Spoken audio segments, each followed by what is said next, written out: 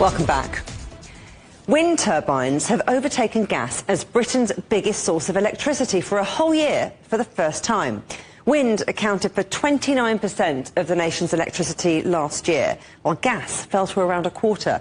And all this comes as the UK government pushes ahead with plans to decarbonise the nation's electricity system by 2030. Well, Frankie Mayo is a senior analyst at energy think tank Ember. Great to have you on Global Business Europe. Now, why is wind power becoming more important? Great to be here. Wind power is so important because of its cost savings and its energy security benefits. So renewables in the UK have helped to cut its reliance on gas power, meaning less expensive fossil fuels in the energy mix. And the gas has been the largest source of power in the UK for about a decade, but that's all changing now. The UK government is pushed to decarbonise the nation's electricity system by 2030 will mean stopping using the UK's 32 main gas-fired power stations. I mean, what are the trade-offs here? I'm thinking jobs, I'm thinking costs. Yeah, so just to be clear, the government's 2030 target is for a clean power system, which means reducing that role of expensive gas down to below 5%. So there will still be a small backup role for a reserve of gas power plants, but they'll be contributing far less to emissions and therefore to costs. At the end of last year, the new National Electricity Systems Operator reported that this could be achieved by 2030 without a rise in consumer costs. But more important than a one-off reduction, this is about longer-term protection from future price spikes like the UK has seen in recent years.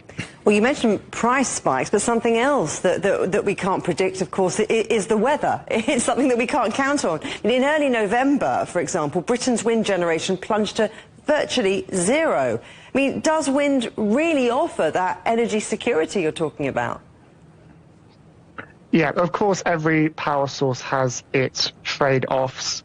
In terms of energy security, like you asked, the issue of relying too much on international gas markets has been very evident in the UK over the last few years. But of course, we know solar generates more in the summer, wind power generates more in the winter. So in that respect, they're a good match for each other. But of course, small periods of low wind speeds never going to go away, so it's important to build a flexible energy system able to deal with the British weather. So that means more energy storage, it means better connectivity in the UK as well as connecting with Europe, and more responsive demand.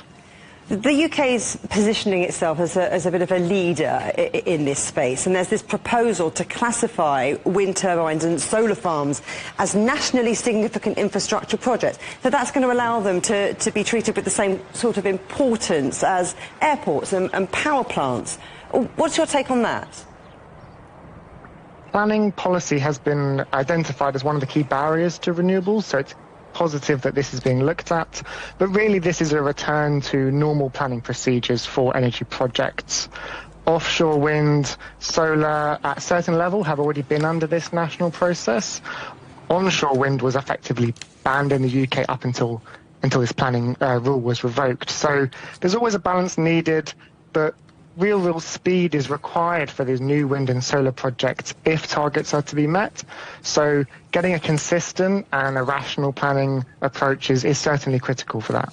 Frankie Mayo at Ember, thank you very much.